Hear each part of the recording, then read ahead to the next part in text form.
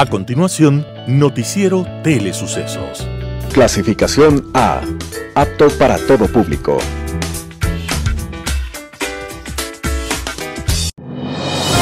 Inicie el día bien informado. El mejor noticiero de la mañana informando para usted. Noticiero Telesucesos. Primera parte del noticiero Telesucesos con las noticias más importantes del día.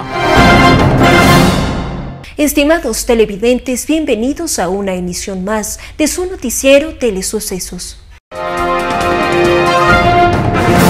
Un día como hoy. Había una vez dos países muy distintos que se llamaban de igual manera. En uno vivían a sus anchas los nobles, los terratenientes y el clero. En el otro sobrevivían, no se sabe cómo, los campesinos, los nadies, los nada, los sin patria, sin vida ni futuro. Y los unos vivían a costa de los otros, impuestos, coerciones, exigencias para atender vanidades, lujos y pompas de los poderosos.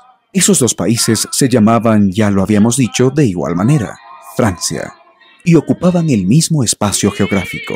Gobernaba aquella nación el rey Luis XVI, y su esposa era María Antonieta.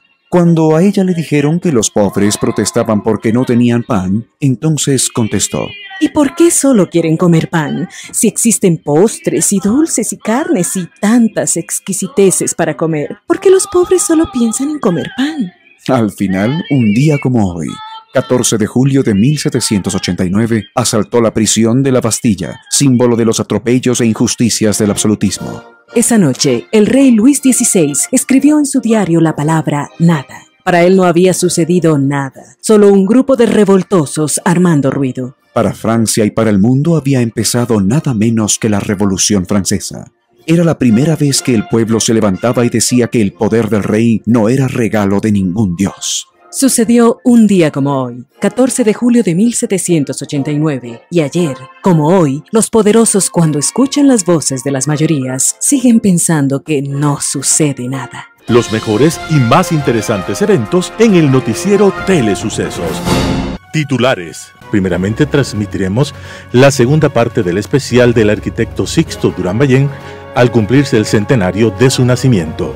En el segmento de opinión, mala utilización de redes sociales generan mucha incertidumbre y maltrato, y la libertad de expresión y la responsabilidad.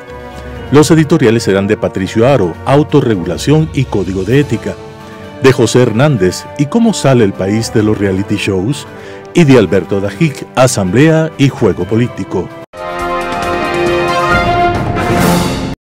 Ahora continuamos con un capítulo más de obra, vida y trayectoria del arquitecto Sixto Durán Ballén.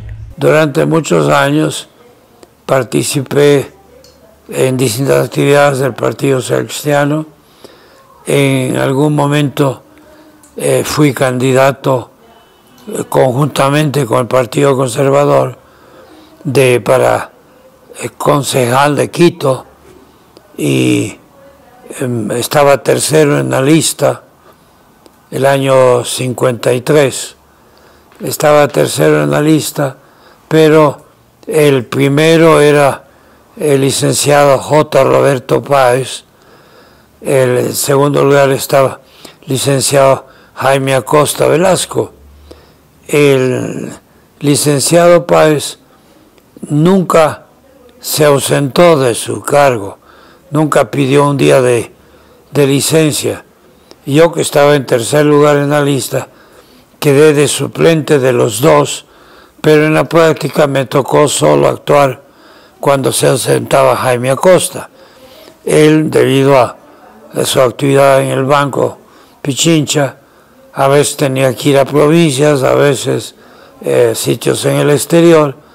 Entonces tuve periodos, muchas veces de semanas, que me tocaba actuar como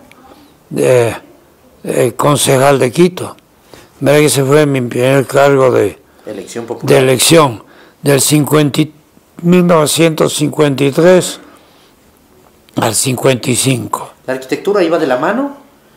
Bueno, sí y no, porque en la parte de la arquitectura, que era en la parte básicamente privada, nunca la mezclé con la cosa pública.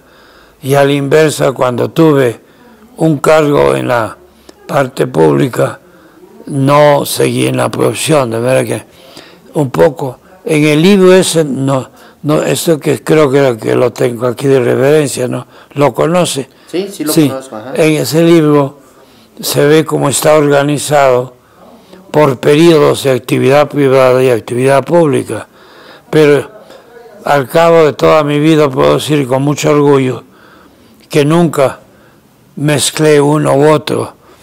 En estos días que con motivo del terremoto de la costa he tenido muchas entrevistas sobre el periodo de la reconstrucción en Ambato, sobre todo, he recordado que por haber razones me ha tocado actuar en varios de esos periodos. Cuando estaba de ministro de Obras Públicas, hubo ya había sucedido años antes lo de Ambato, ¿no? Lo de Ambato fue del 49 y estuve trabajando hasta fines del 52. Cuando estuve de ministro de Obras Públicas, que fue de 1956 a 1960, vino a medio camino, creo que fue el 59, un terremoto de menor magnitud, pero que de todos modos afectó mucho a la provincia de Esmeraldas, y como una solución para la destrucción que había habido en esa provincia, se creó una junta especial para la reconstrucción, de manera que ese fue un segundo periodo en que me tocó participar en la parte pública. Una tercera ocasión fue cuando asimismo, estando en vivienda, vino el terremoto del Reventador del año 87, una erupción y terremoto simultáneamente, ¿no? En la provincia de Imbabura, básicamente. Otra vez me tocó actuar en eso. El presidente Bebés Cordero, estando yo en vivienda, me encargó que yo organice la parte técnica profesional. El año 98, cuando hubo el terremoto así mismo en Manabí, un poco ya a título de actividad privada, nada oficial, me tocó actuar en relación a, por lo menos la parte de estudio de la afectación del terremoto ese del año 98, que fue también bastante serio. El actual ya no he podido, pues con la dificultad que tengo ya por los años, sobre todo motriz, se me haría imposible. Con un temblor. Estamos con un temblor mientras estábamos grabando la entrevista. ¿Sí? Ajá.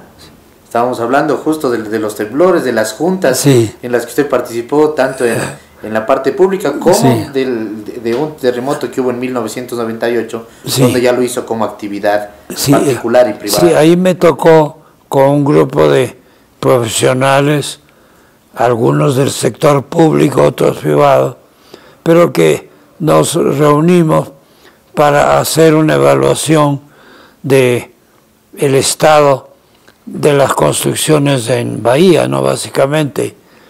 Y que yo recuerde, a pesar de que fue también un terremoto, de un temblor relativamente fuerte, no tuvo realmente las características de el terremoto que acabamos de tener, porque no hubo pues tanta destrucción y la mayoría de los 2 o 3 edificios se cayeron, pero la mayoría eran daños reparables.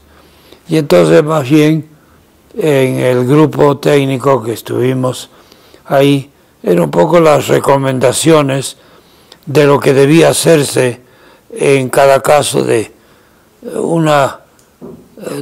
tal vez unas 2 docenas de edificios que se inspeccionó. pues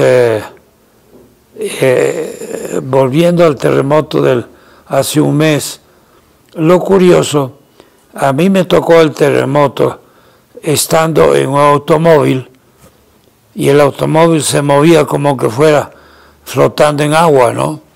Y mi hija que estaba manejando dijo, esto es algún terremoto. Llegamos a casa pues pocos minutos después y naturalmente la curiosidad de poner radio, televisión, a ver qué decían. Y le aseguro que no encontramos ninguna noticia. Yo entiendo que ustedes, los medios, tenían algún tipo de instrucción del gobierno de que no den nada de noticia hasta que no haya la voz oficial. En el tema de cuando se activó el Cotopaxi, sí, en el que se dijo que cualquier emergencia siempre tenía que ser las indicaciones por los medios y la información pública, ¿no? Y lo curioso es que se me ocurrió poner la CNN de Estados Unidos y ya estaban cubriendo, y estaban cubriendo en vivo partes de la provincia de Manabí a los que sería 15 minutos tal vez del evento, ya estaban, y nosotros como que nada. Bueno, creo que la primera noticia que apareció fue como a las 2 horas. Luego de que ya se activó el COE, que es el Comité de Operaciones Especiales, y bueno, todas lo que es ahora también, sí.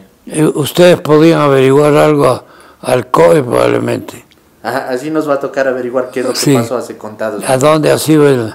Volviendo al tema político, el primer cargo de elección popular, Concejalía de Quito, entrando en tercer lugar y actuando en determinadas ocasiones. Sí, luego de eso, ¿qué pasó? El año 55 me presenté a sí mismo como diputado por Pichincha, y asimismo, curioso, estaba en tercer lugar en la lista, salieron 2 y yo quedé de primer suplente, que también me tocó actuar. El Congreso me nombró delegado ante la Junta de Ferrocarriles, ya estaba nacionalizada la empresa, y de ahí pues vino el nombramiento del año 56 de ministro de Obras Públicas, ¿no?, que ejercí los 4 años del mandato. En ese tiempo me parece que originalmente eran solo 8 ministros. Se creó en tiempo de presidente un 9º ministerio que era encargado de justo la parte de producción, del desarrollo económico. Le llamaron Ministerio de Fomento originalmente, y para ese cargo el presidente Ponce nombró a un prominente conservador de apellido Mortensen, Mortensen Gangotena me parece que era, y éramos 9 por lo tanto. Cuando yo fui presidente, años más tarde, habían 12, y en mi tiempo, es decir, de inmediato se crearon 2 ministerios. El uno para desarrollo urbano y vivienda, que yo había tratado de que se haga de mucho antes, pero en ese tiempo se requería acción paralela del Congreso. Como ya para entonces ya no había esa definición, yo decidí crear el ministerio, punto. Y un Ministerio de Desarrollo y Vivienda, el otro de Información y Turismo. Pero el de Información y Turismo no era para informar de la acción del gobierno como es actualmente y también a través de varios otros gobiernos, sino más bien informar sobre el país para fomentar el turismo. Y fueron los únicos 2 ministerios, de manera que de 12 se subió a 14. Esos fueron ya en su época de presidente. Y así quedó hasta el final de mi gobierno. Luego de lo que fue diputado, sí, como tercero en la lista cronológicamente, ¿Qué pasó en la política luego? Bueno, ahí fueron los 4 años, del Ministerio de Obras Públicas, el estar ya alejado de la posición privada, cubrir una serie de necesidades en los campos de obras públicas y comunicaciones que tenía ese ministerio a lo largo de todo el país. Se hicieron vías muy importantes. Para darle una idea, había habido en el gobierno anterior un pronunciamiento de crear lo que llamaban el Plan Vial. El Plan Vial consistía de una veintena o más de, no que más, unos 70, 80 proyectos de vialidad de diversa naturaleza, que algunos de esos proyectos avanzaban tal vez unos 400, 500 metros por año, porque no había pues suficientes recursos. Y una de las cosas que yo tuve que hacer es un plan vial que tenía 3 categorías. Hemos de suponer que primero se atiende la primera, resueltos los problemas, ir a la segunda y luego a la tercera. Pero en el gobierno anterior habían decidido que la prioridad era tomar unas vías de la primera lista, otras de la segunda y otras de la tercera, entonces no había tal plan vial. Y mi labor tuvo que ser concretar en unas media docena de vías y algunas que tenían, sobre todo en el campo de las orientales, impuestos propios. Asimismo, seleccionar de varias decenas de proyectos para la parte oriental, concretar en una media docena, que es lo que se podía hacer, ¿no? Y entonces fue un periodo en que se hizo mucho en vialidad a lo largo del país, dando prioridad en primer lugar a las longitudinales de norte a sur, la troncal de la costa que le tocó acabar al presidente Gustavo Noboa, la troncal intermedia de la Panamericana, que grandes sectores fueron hechos durante mi periodo, y la troncal de la selva, como la había llamado el presidente Belaúnde de Perú, que fue hecha en partes. Cuando luego más tarde volví yo por 4ª ocasión al Congreso, la gente del Oriente reconocía el impulso que yo había dado como ministro de Obras Públicas a la vialidad oriental, ¿no? En ese periodo, además, el ministerio tenía la aviación civil y se dio mucho énfasis a continuar el empeño comenzado en el gobierno de Galo Plaza de los aeropuertos de Quito y Guayaquil, continuados en el periodo del doctor Velázquez Ibarra, pero que realmente el impulso que hizo que se puedan terminar los 2 nuevos terminales fue durante el periodo que yo desempeñé el ministerio, el de Quito, que logré inaugurar antes de terminar el periodo, y el de Guayaquil, que fue terminado poco tiempo después por el presidente Carlos Julio Arosemena, ¿no? También teníamos las telecomunicaciones que en periodo anterior el llamado sistema Marconi terminaba en Cuenca por el sur y en el norte en Quito y me tocó pues ampliar el sistema de frontera a frontera y a las 3. Y hubo un evento que le cuento medio anecdótico, de que la extensión de la radiotelefonía hasta Loja se hizo justo en ese tiempo, y tal vez por la conciencia medio supongo de carácter política, de informar que, no en el grado que hay actualmente, pero otro. Hicimos un acto muy interesante. Se puso en una de las plazas al sur de Loja unos parlantes y en una mesa provisional un teléfono. Y entonces yo inauguré el teléfono, radioteléfono, no, hasta ese momento había el taca-taca que llamaban al telégrafo, y llamando desde Loja al presidente Ponce Enríquez para que declare inaugurado el servicio hasta Loja. Y una vez que ya hubo toda la ceremonia de oír al presidente, les digo yo, pero para que se den cuenta de lo que esto significa, al prolongar el sistema al sur hasta Cuenca y de Cuenca a Loja, estamos dando la posibilidad desde Loja de comunicarse con el mundo entero. Y voy a pedirle a la operadora que nos comunique con mi padre, que actualmente es el embajador de Ecuador en Alemania. Y entonces era la sorpresa de la gente, primera vez de oír eso de que estaban vinculados con Alemania, ¿no? Sí. Y cuando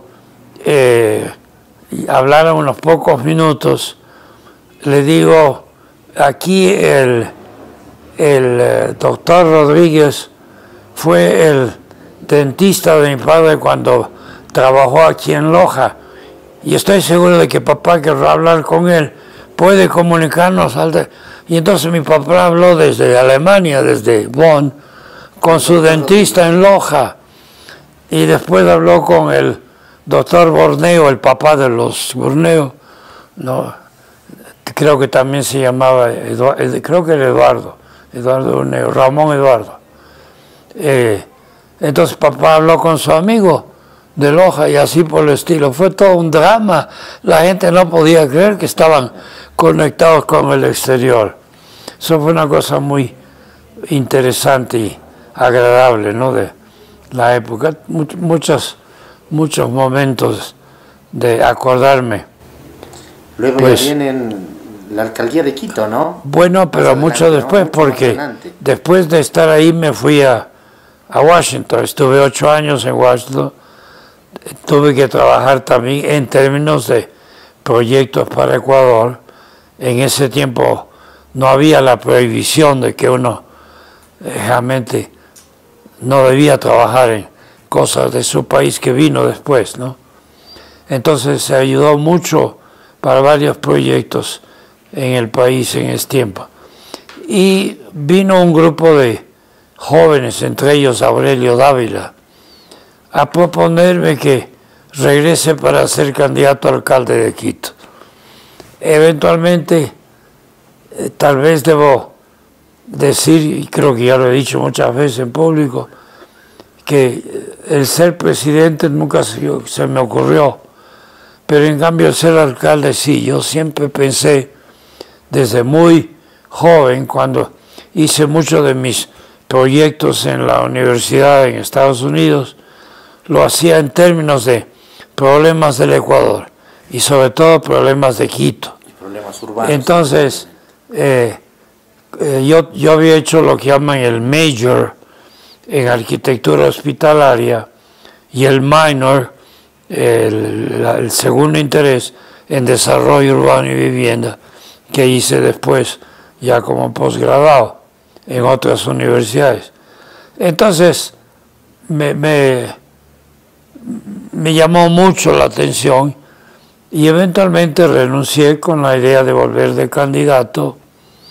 Cuando llegué aquí, poco tiempo después se concretó aquello, pero no como candidato a alcalde de Quito, sino como candidato a prefecto de Pichincha.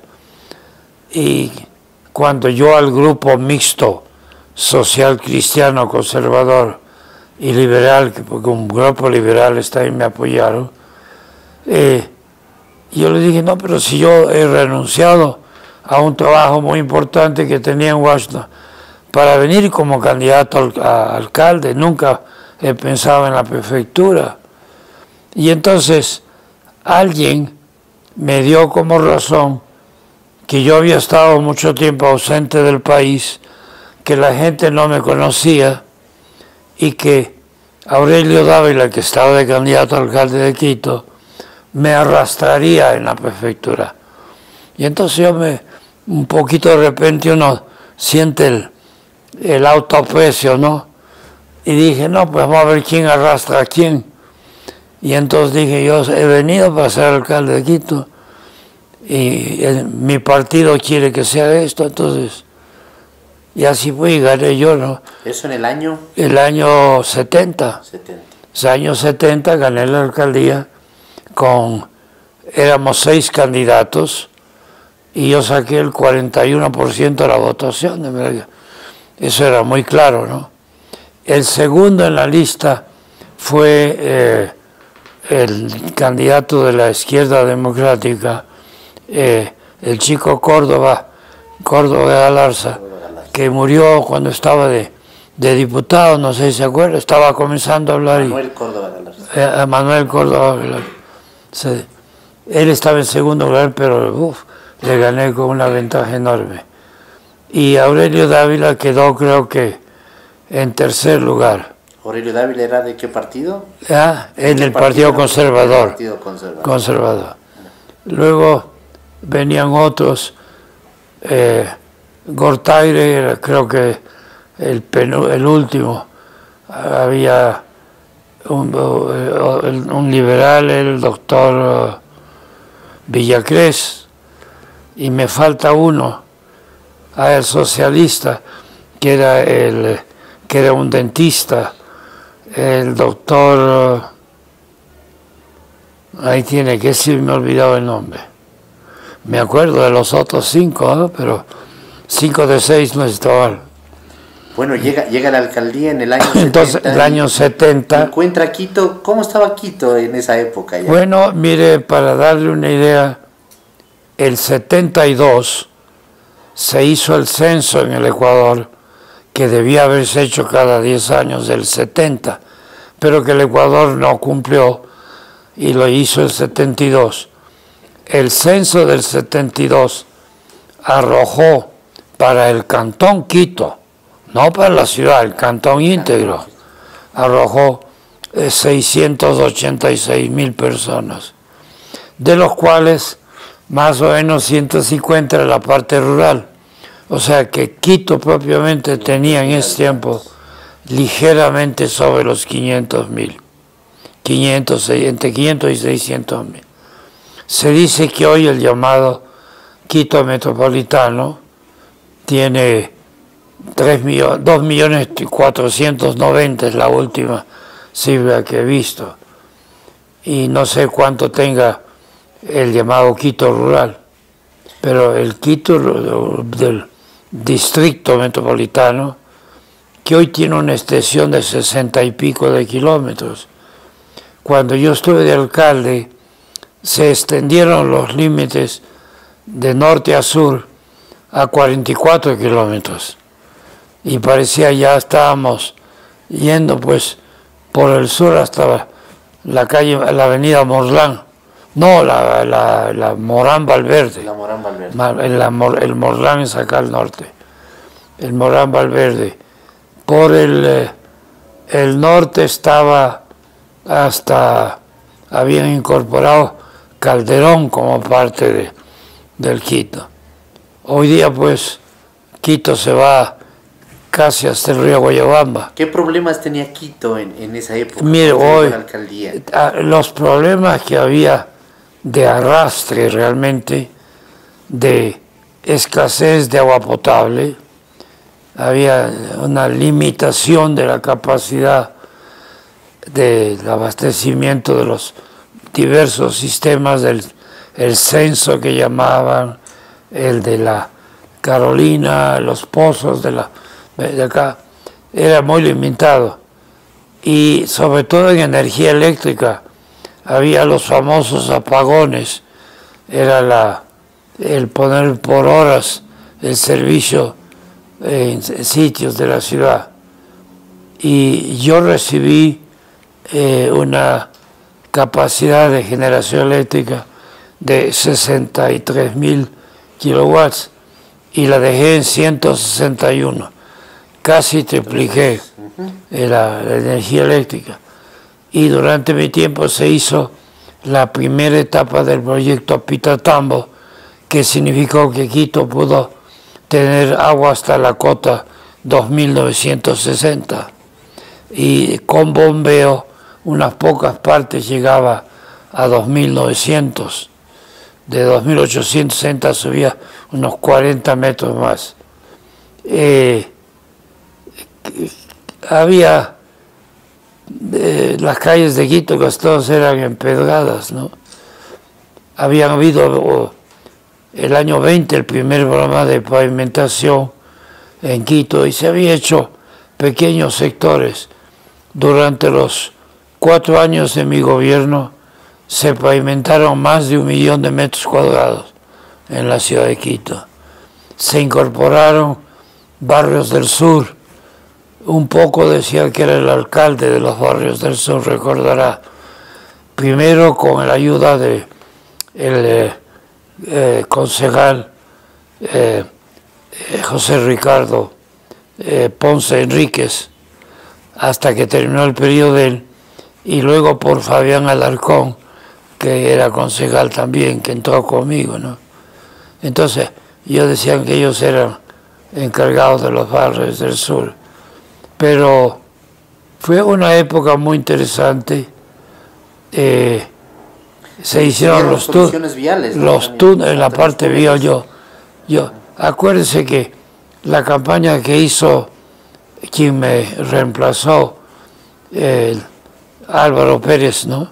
Pérez Santiago, él decía, ni un paso a desnivel más, un poco porque la gente cree que había sido yo exagerado en eso.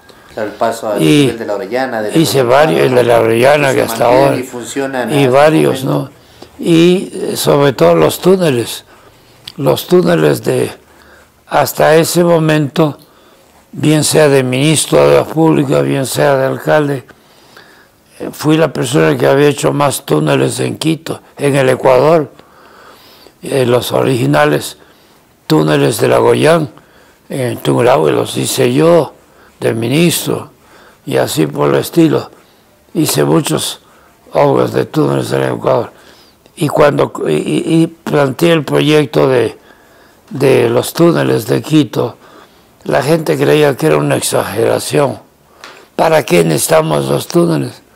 Mire lo que significa hoy día. Ya están cortos. Ya están cortos y han sido absorbidos por la ciudad, ¿no? Sí. La cota máxima que en ese tiempo eran los túneles ha sido ya... Claro, era la occidental, era la cosa máxima.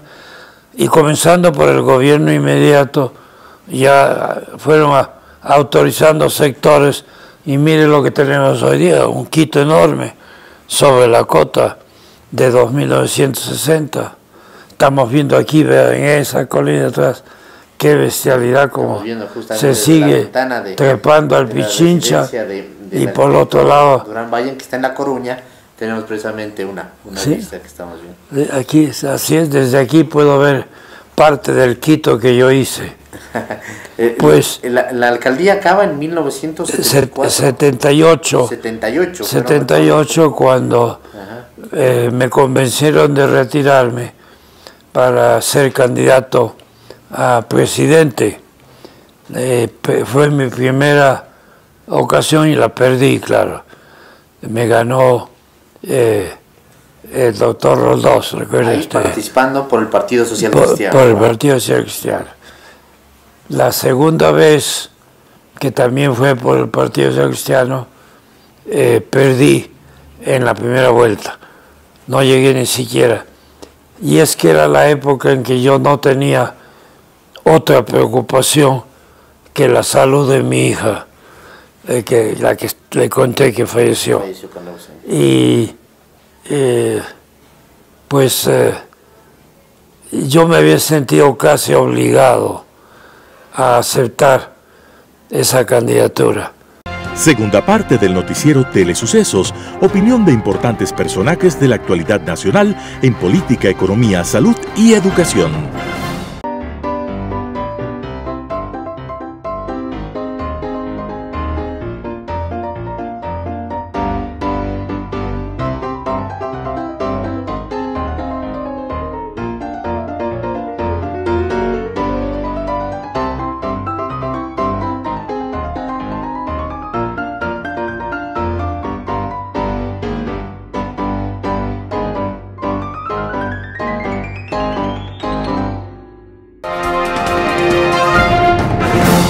Enfoques con Claudia Arteaga. Gracias por estar con nosotros aquí en el noticiero de Telesucesos. Hoy queremos hablar sobre violencia política y violencia política contra las mujeres. Hemos visto una serie de datos, una serie de información, hay una serie de denuncias además de viceprefectas y vicealcaldesas en el país que reclaman por maltratos de los alcaldes o prefectos en funciones por el simple hecho de ser mujeres. Hemos visto también una serie de agresiones en redes sociales a mujeres cuando están en la esfera pública, ya sea desde el punto de vista periodístico o ya sea también desde el punto de vista de la gestión pública. ¿Cuándo cambiamos esta situación en el país? Cuando aprendemos que hombres y mujeres tenemos los mismos derechos, debemos ser tratados con el mismo respeto de manera igualitaria.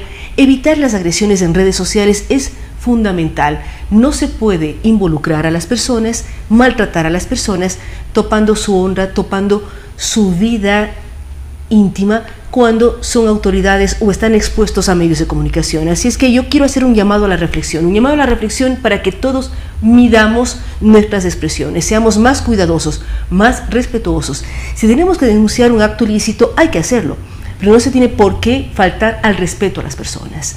Hay que cuidar muchísimo eso y evitar también el difundir, porque si a uno le llega información negativa de alguien, no la difundamos si no tenemos la absoluta seguridad de que esa persona efectivamente cometió un delito. Así que por favor, cuidemos las redes sociales, cuidemos los mensajes que enviamos, cuidemos todas las prácticas que lamentablemente cada vez son más graves. Vemos lo que pasa en Nicaragua cuando las candidatas y candidatos opositores son apresados, y cómo responden las redes de un país que tiene una democracia bastante limitada, por decirlo menos.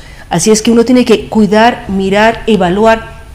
Piensen ustedes que sus hijas o sus madres ingresen en la esfera pública, ¿cómo se sentirían que en las redes sociales las maltraten? Injustamente, porque hablan de temas que van más allá de su gestión. Critiquen su gestión, pero no les involucren en otros temas que rompen su dignidad y hacen que se sientan terriblemente maltratadas. Igual pasa con varios caballeros, por lo tanto, seamos cuidadosos con el manejo de las redes sociales, seamos cuidadosos con los mensajes que enviamos. Podemos generar una serie de problemas psicológicos, maltratos, malos momentos extremadamente graves cuando se levantan falsos testimonios y se publican en lo que hoy es parte del acontecer diario de las redes sociales, llámese Twitter, llámese Facebook, llámese Instagram, o también el mal uso del WhatsApp. Así es que cuidemos mucho eso, enseñemos a las nuevas generaciones la importancia de respetar la honra ajena. Así es que este momento de reflexión quiero que ustedes tengan esta semana. Evitemos traspasar, evitemos repetir mensajes cuando no son comprobados y no sentimos que son verdaderos. Podemos generar gravísimos daños a las personas cuando difundimos información dañina sobre ellas. Gracias por estar con nosotros semana a semana en los noticieros de Telesucesos. Opinión. La libertad de expresión y la responsabilidad. Una de las principales libertades que tenemos los individuos es la de expresión. Esta se relaciona directamente con la libertad de conciencia y pensamiento, y para muchos filósofos es fundamental para el desarrollo del proyecto de vida del individuo. Para los teóricos de la democracia, la libertad de expresión e información es esencial para la existencia del pluralismo y la diversidad de opciones políticas, es decir, para la existencia misma de la democracia. Esta última semana, la libertad de expresión ha sido el centro del debate en el país. Un exceso cometido por un programa de televisión en contra del presidente de la CONAIE desató un sinnúmero de comentarios en redes sociales y en medios de comunicación rechazando los contenidos del programa. Ante esto, el gerente del canal de televisión que proyectaba el programa pidió disculpas públicas, se revisaron los códigos internos del canal para los contenidos de sus programas y a la final el espacio salió del aire. De este suceso podemos sacar algunas conclusiones, pero lo más importante es que el ejercicio de la libertad de expresión de los ciudadanos puso un alto al contenido lesivo que afectaba la honra de una persona. No fue necesario el uso de la capacidad coercitiva del Estado para sancionar, tal como sucedía en el pasado con la Ley Orgánica de Comunicación aprobada en 2013, donde medios de comunicación, articulistas, caricaturistas y hasta páginas de memes fueron sancionadas solo por expresar ideas que incomodaron al poder de turno. La libertad de expresión se convirtió en el contrapeso que el país necesitó la semana anterior y puso en evidencia que la mejor forma de regular la comunicación no es desde el Estado, es desde la propia ciudadanía, exigiendo la autorregulación de los medios.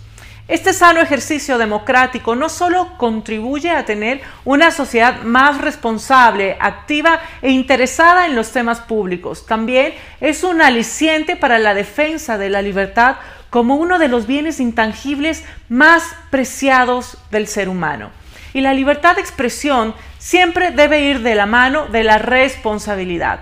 Desde el Estado se debe incentivar la creación de mecanismos de autorregulación para los medios de comunicación. Los medios deben estar atentos a los contenidos que sus programas generan para no afectar las libertades y derechos de otros ciudadanos, y ejerciendo su libertad de expresión deben frenar cualquier información inexacta o discriminatoria. La libertad es innegociable y, como lo dijo José Martí, es el derecho que tiene todo hombre a ser honesto, a pensar y hablar sin temor de ser juzgado y sin hipocresías. El miedo por emitir una opinión debe ser cosa del pasado. Es momento de garantizar y promover y proteger la libertad de prensa, de comunicación y expresión. Muchas gracias. Editorial. Autorregulación y Código de Ética, por Patricio Aro, Sembrando Ideales. Parecía que el revuelo que provocó Don Nasa con su plataforma financiera sería el último escándalo que sacudió a Ecuador, pero la irreverencia de la posta opacó la captación de dineros y sacudió a la opinión pública nacional, especialmente en las redes sociales. Parecería también que en las aulas de las facultades de comunicación social se tiene como reto hacer un periodismo diferente y desde luego las redes coayudan a esto y que se haga realidad. La irreverencia y la informalidad en la comunicación llevaron a la posta a ser un medio importante en los formatos virtuales y eso seguramente las animó a dar el difícil paso hacia los medios convencionales. Debutaron en TC Televisión con un resultado inesperado, para algunos perfectamente planificado y con la clara intención política, para otros haciendo uso de la libertad de expresión. En todo caso, esto ha provocado severas críticas e importantes apoyos. Se lanzaron los dardos, literal, en contra del presidente de la organización indígena sin ninguna justificación y se agredió a la teleaudiencia. Ellos han pedido disculpas al ofendido, a la audiencia y a la ciudadanía. ¿Debió TC cancelar el espacio asignado o solo exigirles que se ajusten a los códigos internos como una muestra de respeto a la libertad de expresión por parte de un canal incautado? Son preguntas necesarias que requieren respuestas urgentes. La Organización de Acción a la Sociedad Civil Ecuatoriana, en un importante evento académico que tuvo lugar en las plataformas virtuales, encontró esas respuestas en el panel de especialistas en comunicación y en el que participaron Miguel Rivadeneira, Javier Bonilla, Bonil y Fabio Almeida de la UNP. Es preferible los excesos en la libertad de expresión antes que no tenerla, han coincidido los especialistas. No al establecimiento de la norma legal como instrumento de una represión y mordaza, y sí al uso de mecanismos de autorregulación y a la rectificación como consecuencia de la responsabilidad periodística, dijeron Rivadeneira y Bonil. Existe en la actitud de la posta un ejercicio ejercicio de libertad de expresión que se equivocaron. Desde luego que se equivocaron, pero el error debe alimentarse de la cultura de la rectificación y del diálogo, más aún cuando la posta es una sátira política. Almeida llama al ecosistema digital al ambiente en donde ella cobra fuerza porque no requiere de gran producción ni de una guionización meticulosa. Si combinamos la autorregulación y la existencia de códigos de ética con el ejercicio riguroso y responsable de la comunicación y la rectificación en el mismo espacio pero sin coerción, determinamos que a la posta le faltan los tres primeros. Según los panelistas, deslegitimar el debate de la ley de comunicación en el propósito de perseguir a los medios de la misma manera que ya lo hicieron los revolucionarios sería una aberración, y más aún posicionar el discurso de odio que es nocivo para la democracia y mata la creatividad y el pensamiento. La posta, como todos los medios digitales, así sean irreverentes e informales, deben ajustarse al respeto, a la autorregulación y a un código de ética por el bien de la libertad de expresión y de la democracia. Por Patricio Aro, de Sembrando Ideales. ¿Y cómo sale el país de los reality shows? José Hernández, 4 Pelagatos. Con el regreso del presidente Lasso y la publicación del decreto sobre su política petrolera, la agenda política que se debate debería ganar en densidad. Al fin y al cabo, se trata del destino del sector alrededor del cual ha girado la economía durante casi 50 años. Pero no ha ocurrido. Ese es un tema esencial, pero no es un tema sexy. No se impone por sí mismo y el gobierno todavía no tiene, el equipo político que proponga y anime una agenda en la conversación pública. Ese vacío se nota. La opinión se ha visto confrontada a temas que en alguna forma mueven las palancas decisivas para el país. Si el presidente podía o no usar el avión para viajar a ser operado. Cynthia Viteri y sus problemas con la fiscalía. Abdalá Bucaram y su familia en líos con la justicia. La telenovela montada por el ex alcalde de Quito con el concurso de 2 jueces y la intervención muy sentida y poco creíble de la presidenta de la Judicatura. Don Nasa y la estafa, ahora sangrienta en Quevedo, los periodistas de La Posta, su desaguisado y la victimización de Leonidas Issa, y también, por supuesto, el pedido de juicio político a Lenín Moreno en la Asamblea Nacional. Es claro que las fuerzas políticas tienen su agenda y sus tiempos. Ningún partido que no tenga responsabilidades en la administración directa del Estado está interesado en agitar y empujar los temas urgentes y fundamentales del país: la reactivación económica, el empleo, la extrema pobreza, la reforma laboral, la crisis del IES, la reforma tributaria, la seguridad en general. Es claro que el único que puede agitar y empujar esos temas es el presidente Lasso y su gobierno. Basta ver cómo lo están haciendo las otras fuerzas políticas. La Asamblea no tiene agenda. Se siente el atolladero en el que se encuentra Guadalupe Llori, defensora de una alianza política sin contenido programático. En ese sentido, la presidenta de la Asamblea tiene un dilema. Debe llevar la Asamblea a algún puerto, pero su propio bloque parece tener más afinidades con el correísmo que con el presidente que facilitó su llegada al cargo que ostenta. Mal de muchos, consuelo de tontos. El bloque de Creo y los independientes, la bancada de Acuerdo Nacional, ha jugado, en general, el papel de invitado cuando lo suyo es ser anfitrión. La izquierda democrática, que al inicio de este proceso entregó la capitanía política a Pachacutic, luce sin iniciativa política. Todo esto explica seguramente la actividad vacua de la Asamblea, que se ha limitado a revisar los vetos de la Asamblea pasada y a girar alrededor de agendas absurdas como la que propuso Pachacutic y el correísmo con el juicio político a Lenín Moreno. El correísmo hace lo suyo mientras el socialcristianismo aupa sus tesis, cada vez más cargadas de populismo. En definitiva, el único que parece tener agenda es Fernando Villavicencio y la Comisión de Fiscalización. Pero, por importante que sea la labor de esa comisión, que rompe en forma radical con las comisiones del pasado que merecieron llamarse de archivo, no suple la falta de norte de la Asamblea.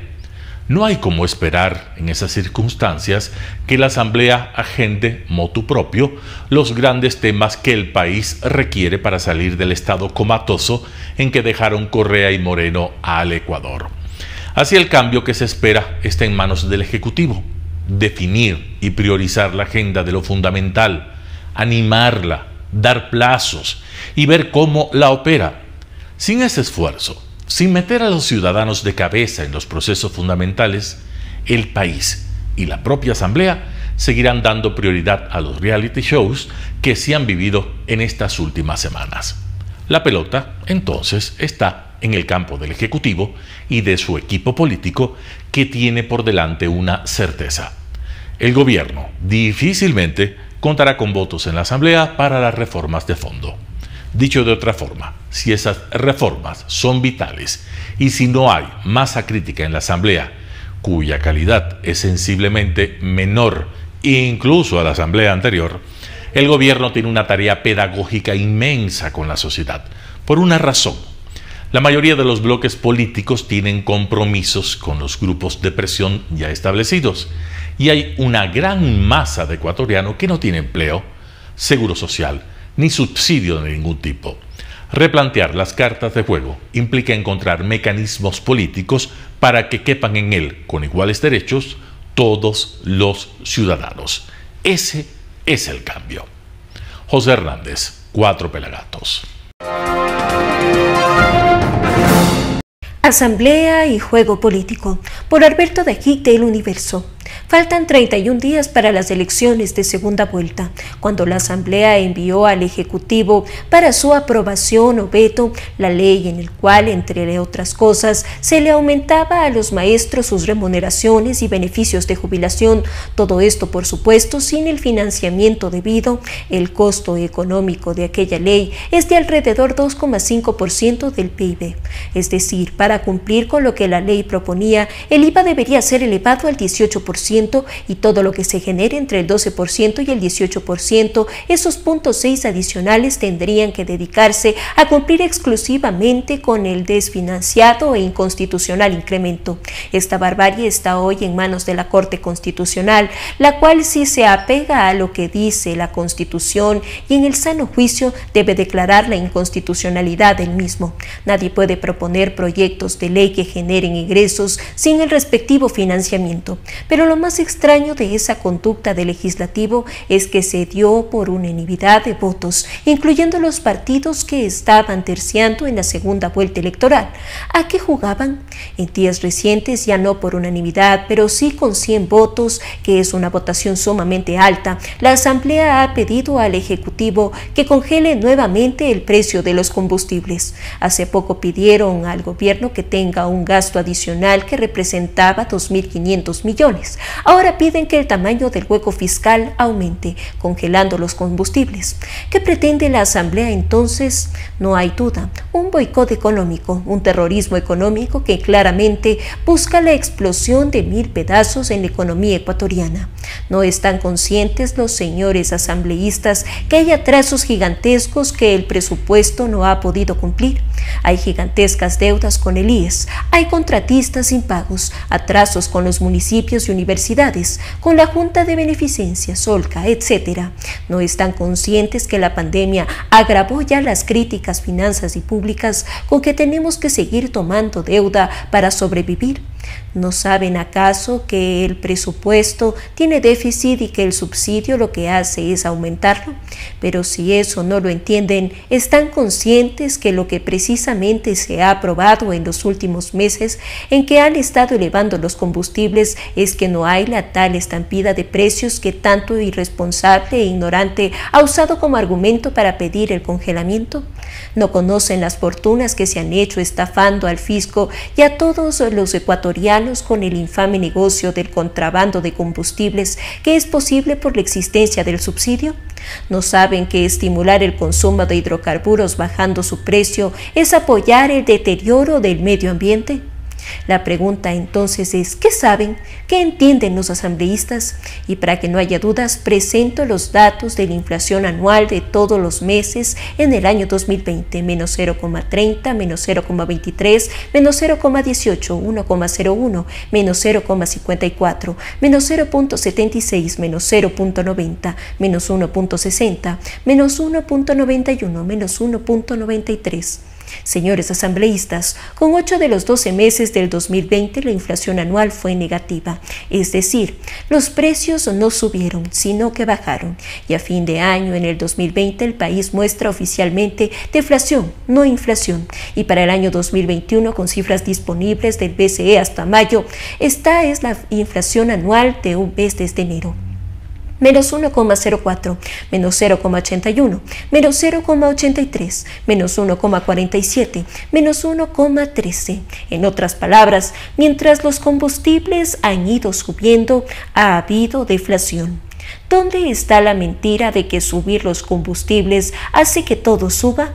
Y para aquellos negocios que dicen que la realidad está en el mercado y que las cifras mienten, el índice que elabora Supermaxi, cadena de reconocida seriedad con base en todos sus productos, es que todavía más exacto hay el índice que muestra el BCI, arroja exactamente la misma conclusión.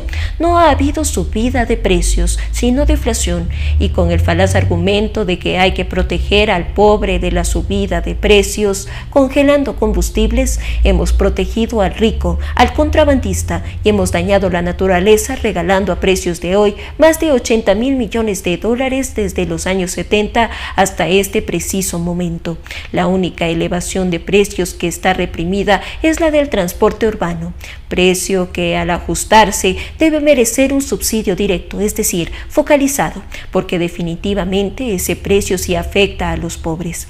En el año 1994, cuando ejercía las funciones de vicepresidente de la República, en forma responsable, habíamos eliminado el subsidio a los combustibles y habíamos establecido una fórmula que fijaba el precio en relación al precio internacional. Esto se venía aplicando cuando los partidos políticos y los demagogos de siempre tumbaron la medida, haciéndola declarar inconstitucional. Desde ese entonces hasta la fecha de hoy, se han entregado casi 70.000 millones de dólares y para los necios hago la pregunta, si tan gigantesca cantidad ha ido a los pobres, ¿por qué siguen siendo pobres? La Asamblea tiene dos opciones, pensar en el Ecuador o decirle al país que es mejor que le paguen un sueldo para que no hagan nada, porque lo que hacen los está destruyendo. Por Alberto Dajic de El Universo. Y así finalizamos una emisión más de su noticiero Telesucesos. Manténgase en la sintonía de nuestra programación y no olvide seguirnos por nuestras redes sociales. Nos encuentran en Facebook como Telesucesos, en Instagram como @telesucesos_ en Twitter como @telesucesos29, en YouTube como Telesucesos HD y también por nuestra página web www.telesucesos.net. Hasta la próxima. Lo mejor de la mañana informando para usted. Noticiero Telesucesos.